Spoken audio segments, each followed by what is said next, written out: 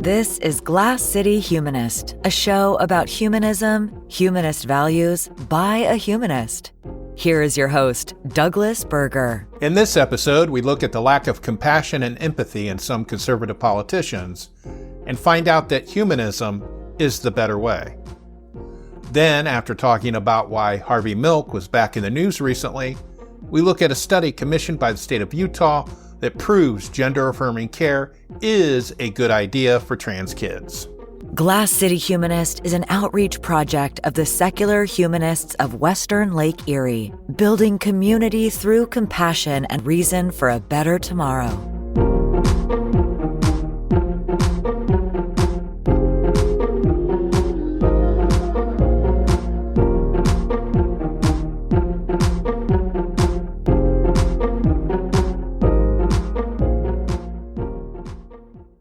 Conservative politicians have been taking some heat lately from constituents and other people because they want to shred the social safety net. And for those who don't know, the social safety net in the United States is like Medicare, Medicaid, Social Security, welfare, those things that help people that are struggling to maintain some basic living, so they're not living in a shack.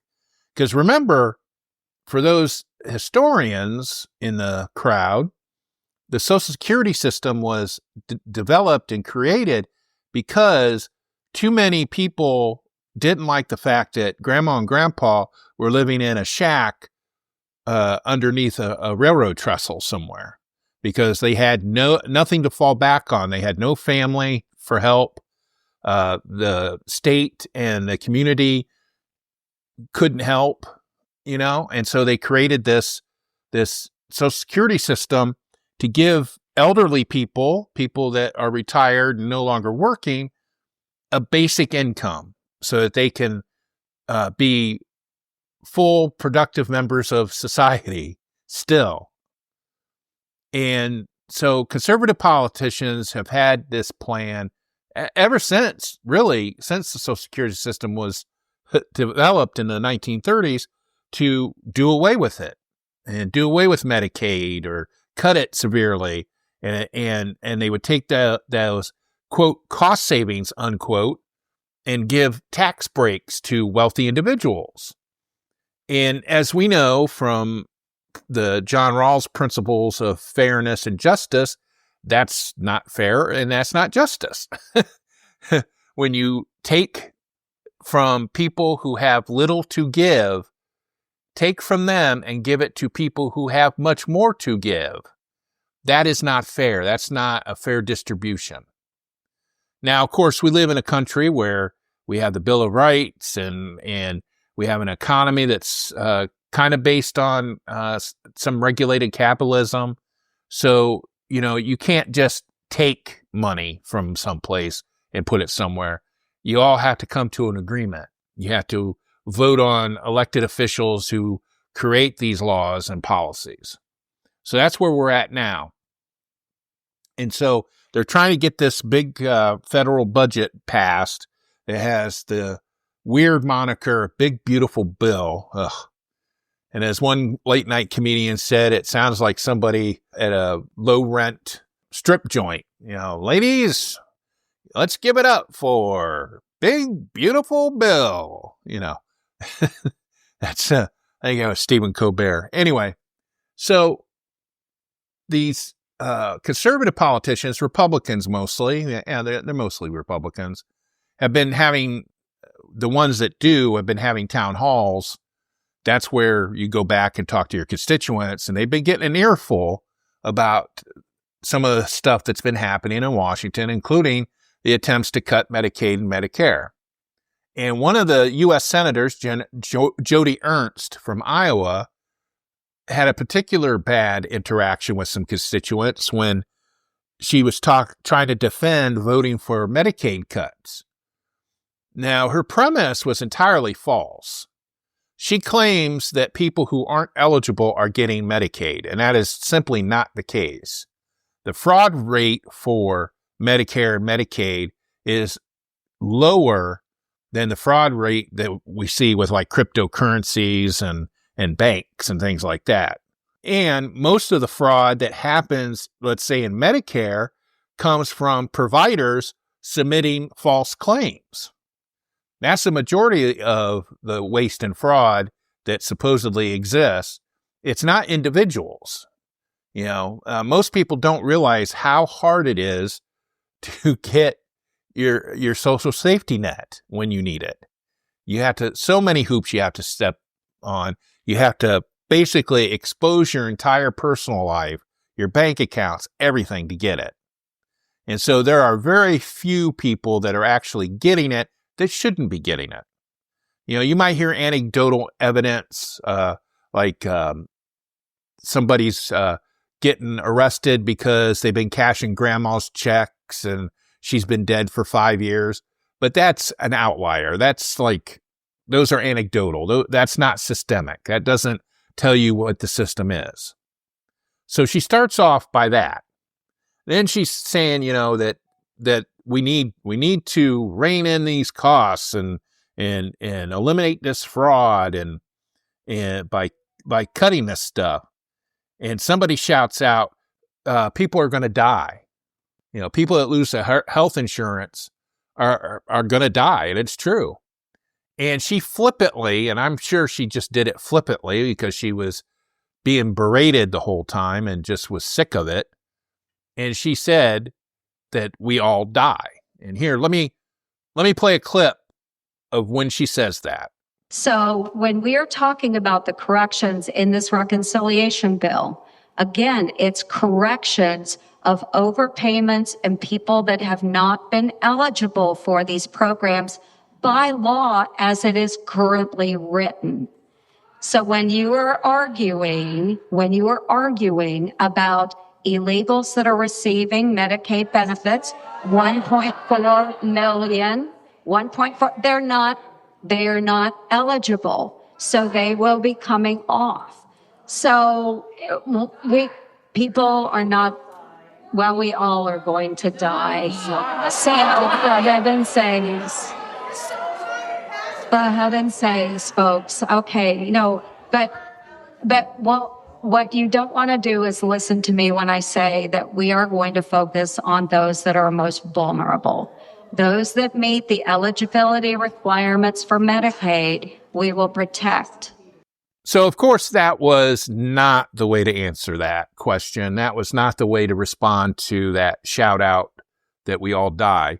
Even though, as a humanist, I agree with her because we do all die eventually. That's the biological cycle. You're born, you live, you die. That's just simple biology.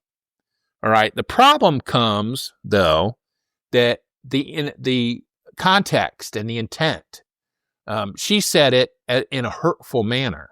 She's like, well, you don't need these services because you're just going to die anyway. Why should we spend tax dollars on keeping you alive and keeping you fed and housed? You're just going to die anyway. And you can see how nihilistic of an attitude that is. And that's the attitude many conservative politicians have. And the reason why many conservative politicians have these views is because they are privileged. They don't have to worry about struggling for housing, struggling for food, struggling for medical care. They have it all. They don't have to pick and choose, whether or not they pay the rent or that they get their prescription. They don't have to decide, are they going to get this particular cut of meat, even though it's half fat, because it's the cheapest cut at the store. They're privileged. It's very easy for somebody who's privileged to say, you don't need help or you don't deserve help if you yourself do not deserve help. And that is why I like being a humanist, because we don't think that way. We think of the classic, walking in somebody's shoes. What would you do if it was you? If somebody is hungry or somebody doesn't have a home or doesn't have adequate medical care, how can you help them? because generally people are good. As you know, there's, news stories constantly of people helping out. There was just one I saw. It was a repeat of that On the Road series from CBS News, where he was covering this woman, this older lady. Her husband had a medical issue, and she called the fire department to come and assist, and he eventually passed away, unfortunately. But when they were at her house, they realized that it was uninhabitable. There was some hoarding was going on. Maintenance wasn't being taken care of. There were some structural issues with the house. And so basically she was in an unsafe condition, and they condemned the house. She had no family to fall back on. Now, most of the time what would happen is probably the state would put her up in a nursing home somewhere. But there was a neighbor that lived across the street. She was a Hispanic family. It's a Hispanic ethnic family. They already had, a small house with like 8 kids in it or something like that. And they offered to take her in. She wasn't family. And they offered to take her in because she needed a place to stay. And she is, a pseudo grandma for the family now. That is the good in people. And that happens more often than not. Trust me. These conservative politicians that are so callous and lack empathy, those are the outliers. Those are the people that aren't common in this country and in the world. But unfortunately, those are the people that have run for election and been elected, and now they are putting into place their views as policy. And I always say that we should not be legislating through lack of empathy. We should be legislating through compassion. Everybody has a basic worth and dignity as a human. Everybody does. So, undocumented immigrants, they deserve, just because they're human, they deserve due process. The foreign college students that are getting kicked out, they deserve free speech because they're in this country. And people that are struggling for housing and food and shelter and medical care, they need to have these provided for them if they can't provide them themselves. That's just basic decency. And that's what's wrong with a lot of these conservative politicians. They lack decency. They lack compassion. They lack empathy. And that is a wrong way to be an elected official in the United States, because we don't have a history of that. Like I said, that Senator Ernst in Iowa, she was correct. We all die. But it's the implications of that I disagree with and is wrong for us to support.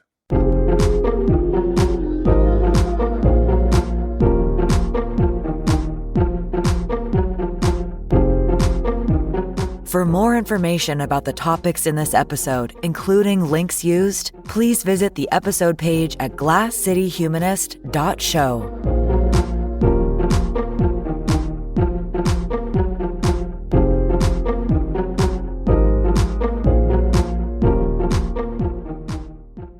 I wanted to add just a quick takeaway or quick bit here, because I don't need to do a whole segment on this, but it just came out in the last week or two, I think it was last week, where the Department of Defense and Pete Hegseth, I forget how to pronounce his name, it doesn't really matter, ordered it was Secretary of Navy at the direction of Pete Hegseth, ordered the Navy to remove the name Harvey Milk from a Navy ship that had been named in his honor.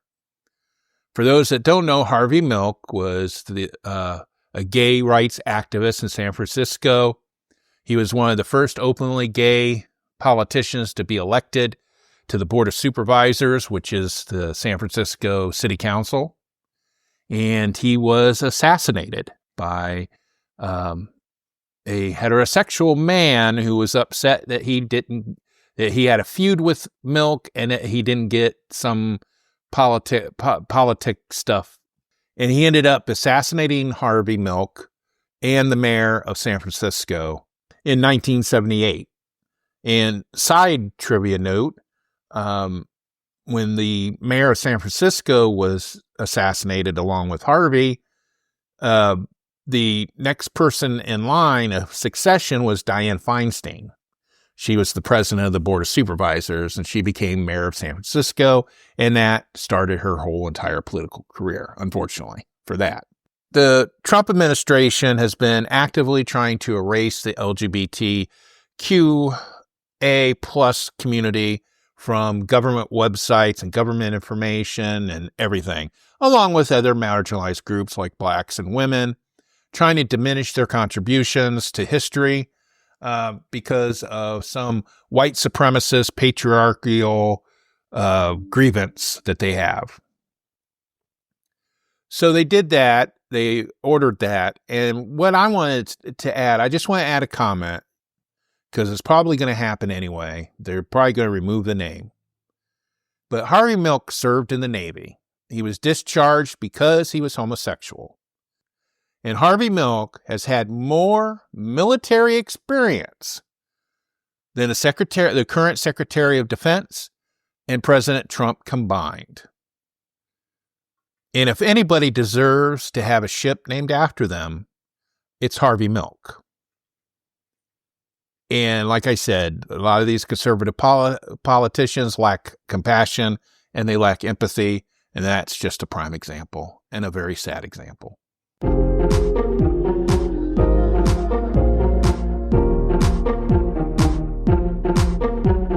You're listening to the Glass City Humanist Podcast.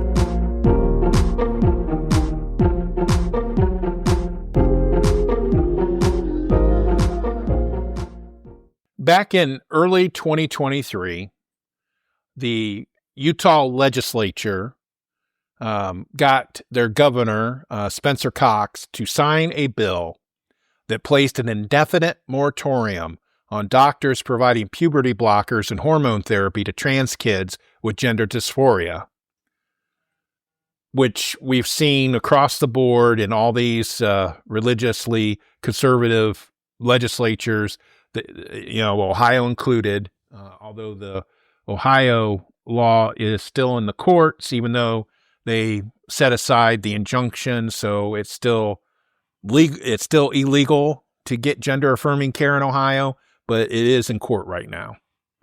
And so in Utah, they actually decided to do a moratorium and order the Utah Health Department to commission a systematic review of medical evidence around the treatments, with the goal of producing recommendations for the legislature on whether to lift the moratorium.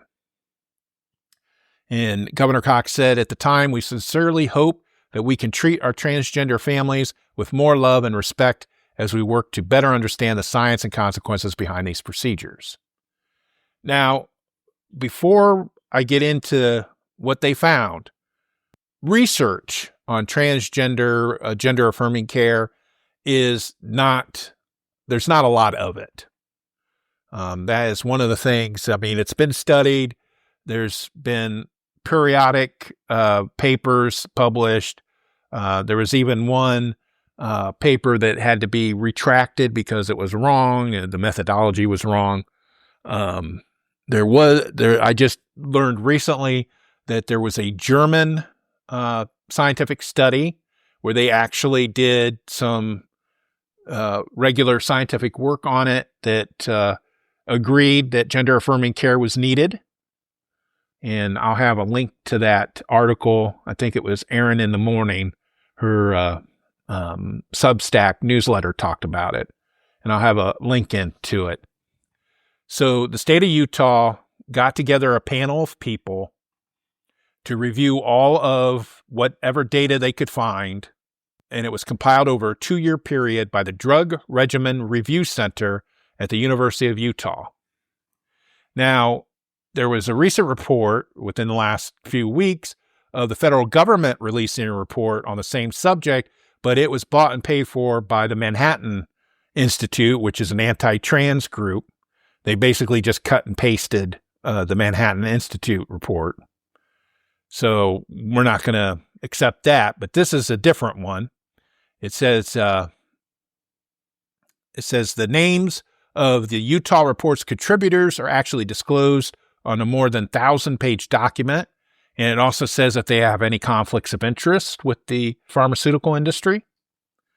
And it says the authors write, the consensus of the evidence supports that the treatments are effective in terms of mental health, psychosocial outcomes, and the induction of body changes and consistent with the affirmed gender in pediatric gender dysphoria patients. The evidence also supports that the treatments are safe in terms of changes to bone density, cardiovascular risk factors, metabolic changes, and cancer.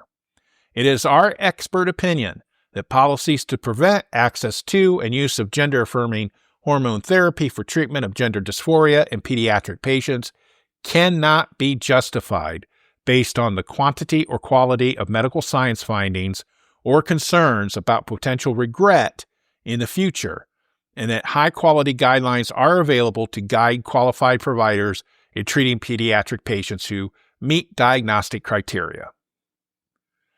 And it says in the second part of the review, the authors look specifically at long-term outcomes of patients who started treatment for gender dysphoria as minors. It said overall, there were positive mental health and psychosocial functioning outcomes, while gender-affirming treatment showed a possibly protective effect in prostate cancer in transgender men and breast cancer in transgender women. There was an increase in some specific types of benign brain tumors. These are increased mortality risk in both transgender men and women treated with hormonal therapy, but more so in transgender women. Increased risk of mortality was consistently due to increase in suicide, non-natural causes, and HIV/AIDS. Patients that were seen at the gender clinic before the age of 18 had a lower risk of suicide compared to those referred to as an adult. So let me repeat that. All right, they looked at all of the studies that are available, all the scientific literature that's available, and they found that although there was increased mortality risks in both transgender men and transgender women, that increased risk was consistently due to increase in suicide, non-natural causes, and HIV/AIDS.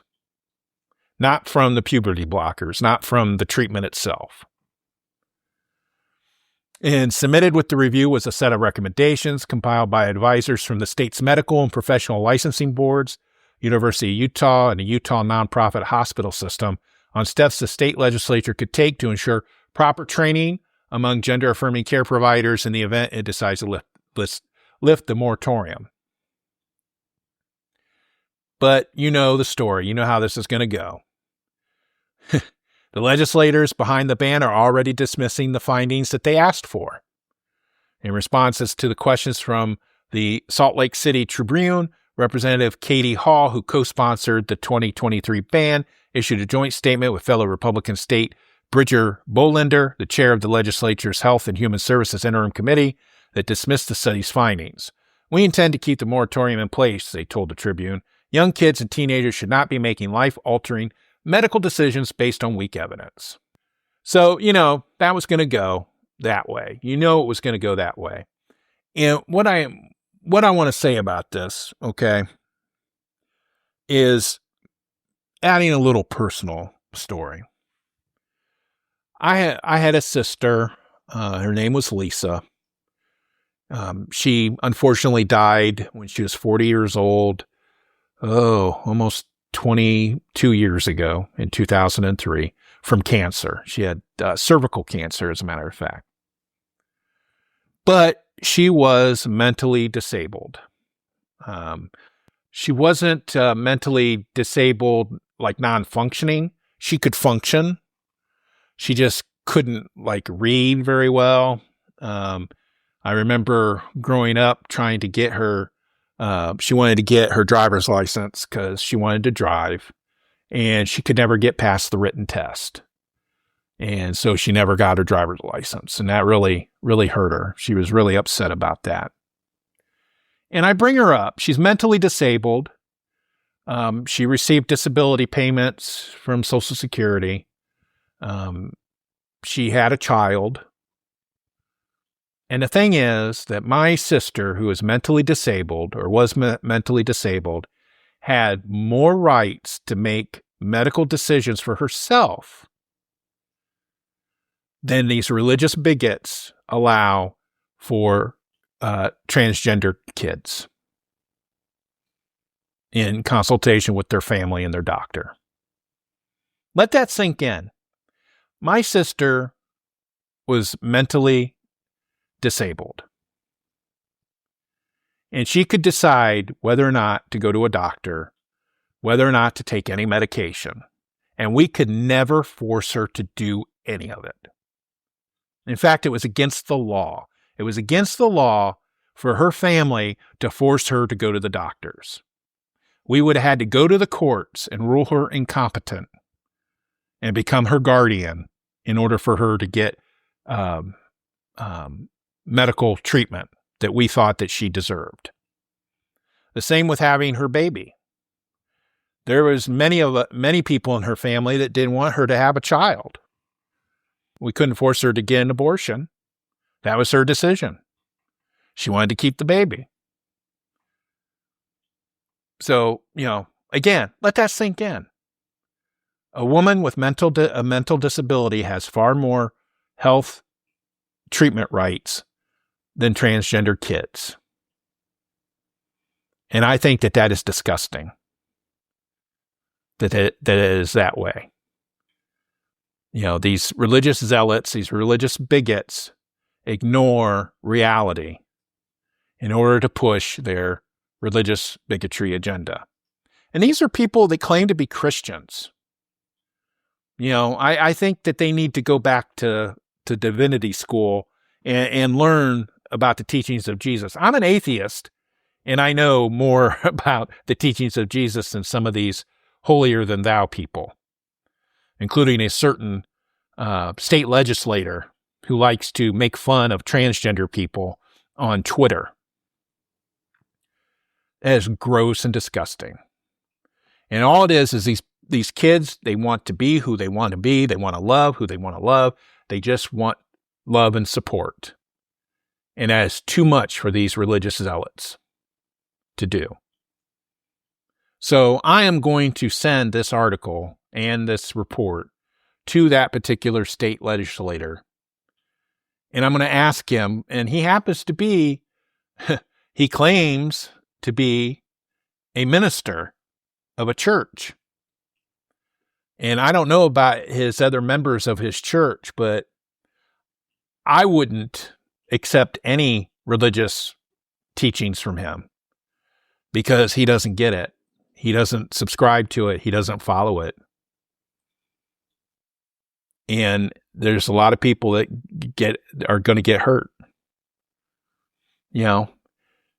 And I get I get regulating it. And this Utah study, they had some really good recommendations that are just common sense, like making sure people are certified and other things like that. But a lot of these doctors that provide these gender affirming care, they are good people and they follow general medical ethics. And so if it's a medical treatment that's found to be beneficial, the state should just butt out of it. And they don't, because they're bigots. And that needs to change. Thank you for listening.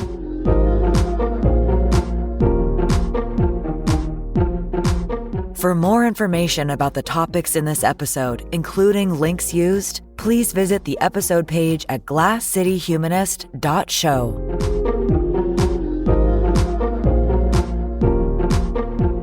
Showlee can be reached at humanistswle.org. Glass City Humanist is hosted, written, and produced by Douglas Berger, and he's solely responsible for the content.